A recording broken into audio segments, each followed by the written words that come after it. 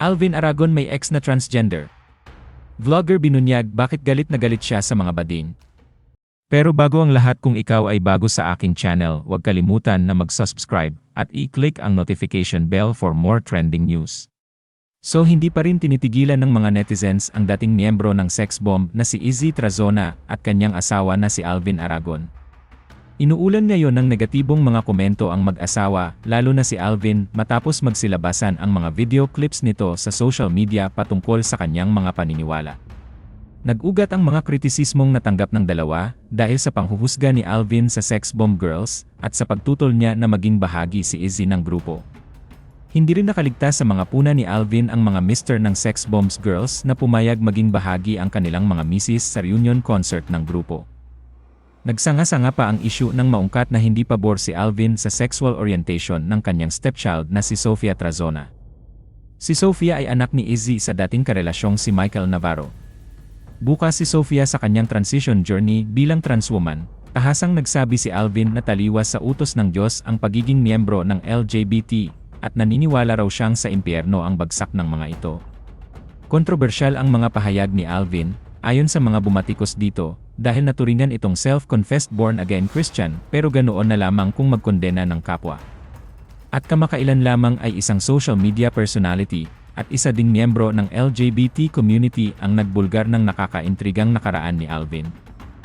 Sa video na binahagi ng transgender na si Doc Mikey, binulgar niya na may dating nakarelasyon si Alvin na isang transgender. Kung si Alvin Aragon, mahirap talaga pagsabayin yung dati kang drug addict tsaka panata ka sa relihiyon mo. Mahirap yan pagsamahin. Di ba, nag-ano na yan dati siyang addict.